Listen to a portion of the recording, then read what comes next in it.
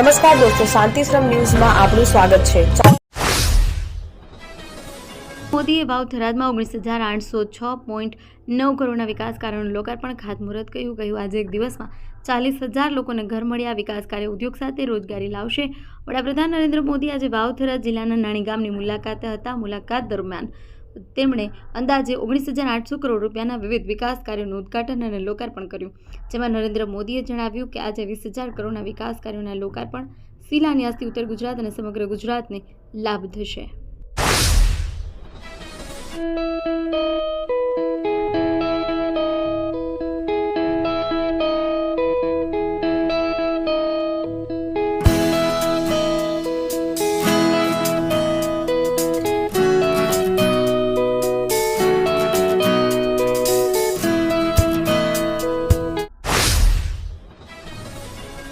ડીસા તાલુકાના માલગઢથી ડોલીવાસ સુધી બનાસ નદી પર નવા સબમર્સિબલ બ્રિજનું ખાતમુહૂર્ત કરવામાં આવ્યું છે। રાજ્યના વન, પર્યાવરણ, ક્લાઇમેટ ચેન્જ અને વાહન વ્યવહાર વિભાગના મંત્રી પ્રવીણ માળીના હસ્તે સોમવારે ખાતમુહૂર્ત સંપન્ન થયું હતું। આ બ્રિજ ₹36 કરોડના ખર્ચે 18 માસમાં તૈયાર થશે, જેનાથી 12થી વધુ ગામોને ડીસા શહેર સાથે સીધો અને ટૂંકો રસ્તો મળશે। ખાતમુહૂર્ત પ્રસંગે મંત્રી પ્રવીણ માળીએ માલગઢના જોધપુરિયા ઢાણીમાં આવેલા શ્રી કાળા ગોરા ભૈરવ દાદાના મંદિરે દર્શન કર્યા હતા। ડીસાના વિજય પટેલ શાક માર્કેટમાં વેપારીઓએ કાટ રોડ પર બનેલી રહેલા નવા શાક માર્કેટ સામે વિરોધ નોંધાવ્યો છે। વેપારીઓ આ જગ્યા અનુકૂળ ન હોવાનું જણાવી ડીસા એપીએમસીને આવેદનપત્ર સુપ્રત કર્યું છે। વેપારીઓ છેલ્લા 22 વર્ષથી વિજય પટેલ શાક માર્કેટમાં વેપાર કરી રહ્યા છે। વર્ષોની મહેનત બાદ તેઓ વેપાર સ્થિર થયો ત્યારે અચાનક એમે કાટ રોડ પર નવા માર્કેટ ખસેડવાની હિલચાલ શરૂ થતાં વેપારીઓમાં ભારે રોષ જોવા મળ્યો છે। વાવ થરાદ પંથકમાં ઓનલાઈન છેતરપિંડીના કિસ્સાઓ વધી રહ્યા છે, ત્યારે વધુ બે ખેડૂત સાયબર ફ્રોડનો ક્રાઇમનો ભોગ બન્યા હોવાની ઘટના સામે આવી છે। થરાદના વડગામડા ગામના વાઘાભાઈ ચૌધરીના સ્ટેટ બેંક ઓફ ઇન્ડિયાના ખાતામાંથી અજાણ્યા શખ્સે ગેરકાયદેસર રીતે 8,500 રૂપિયા ઉપાડી લીધા। બીજી તરફ અન્ય એક ખેડૂત લગધીરભાઈ પ્રજાપતિના ખાતામાંથી પણ 10,000 રૂપિયા કપાઈ ગયા। વાઘાભાઈ ચૌધરી 29 માર્ચ 2026ના રોજ બપોરના સમયે ઘરે હાજર હતા, ત્યારે તેમના મોબાઈલ ફોનમાં મેસેજ આવ્યો કે તેમણે એસબીઆઈ ખાતામાંથી 8,500 રૂપિયા કપાઈ ગયા છે। તેમણે કોઈ નાણાકીય વ્યવહાર કર્યો ન હોવા છતાં રકમ કપાઈ જતા તેઓ ચોંકી ઉઠ્યા હતા। બનાસકાંઠા જિલ્લાનું વિભાજન થયા પછી 6 તાલુકાનો સમાવેશ વાવ-થરાદ જિલ્લામાં કરાયો, જ્યાં તાલુકા પંચાયત જિલ્લા પંચાયતમાં આવતી 1,674 સરકારી જગ્યાઓ હવે નવા વાવ-થરાદ જિલ્લામાં ફાળવવાનો સરકારે નિર્ણય કર્યો છે।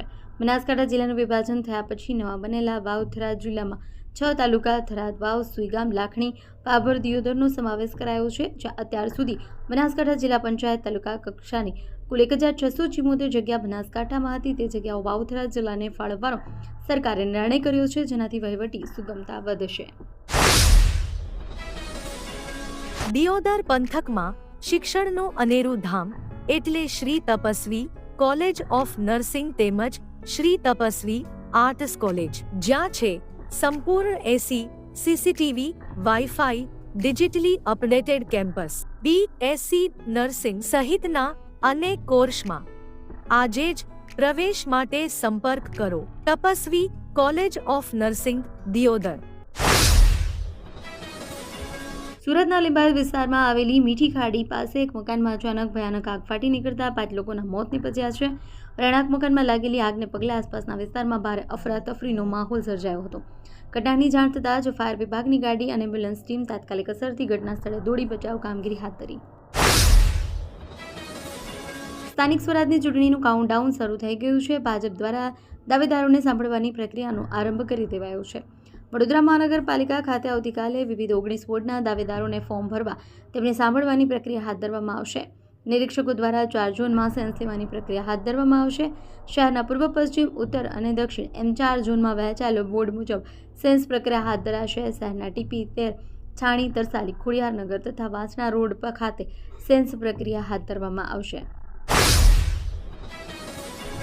અમદાવાદના સરદાર વલ્લભભાઈ પટેલ ઇન્ટરનેશનલ એરપોર્ટ પર કસ્ટમ એઆઈયુની ટીમે વિદેશની સોનાની દાણચોરી કરતી એક મહિલા મુસાફરને ઝડપી પાડી 83.29 લાખનું સોનું જપ્ત કર્યું છે। કુલાલમપુરથી ફ્લાઇટ નંબર AK91 દ્વારા અમદાવાદ ઉતરેલી આ મહિલાને કસ્ટમની નજરથી બચવા પોતાના ગુપ્ત ભાગમાં ગાડી ટેપથી વીંટાળેલી 2 લંબગોળ કેપ્સ્યુલ છુપાવી તેનામાં પ્રવાહી કેમિકલયુક્ત સોનાની પેસ્ટ મળી આવી હતી। રાજ્યમાં દારૂબંધી વચ્ચે શહેરના સાબરમતી પોલીસ સ્ટેશન હદમાં દારૂનું પેકિંગ કરતા 2 બુટલેગર અને 2 મહિલાઓનો વિડીયો સોશિયલ મીડિયા પર વાયરલ કર્યો છે. બુટલેગર ઘરમાં દેશી દારૂની થેલી ભરી રહ્યો હતો, જેનો વિડીયો વાયરલ થતાં પોલીસે ગુનો નોંધ્યો હોવાનું જાણવા મળ્યું છે.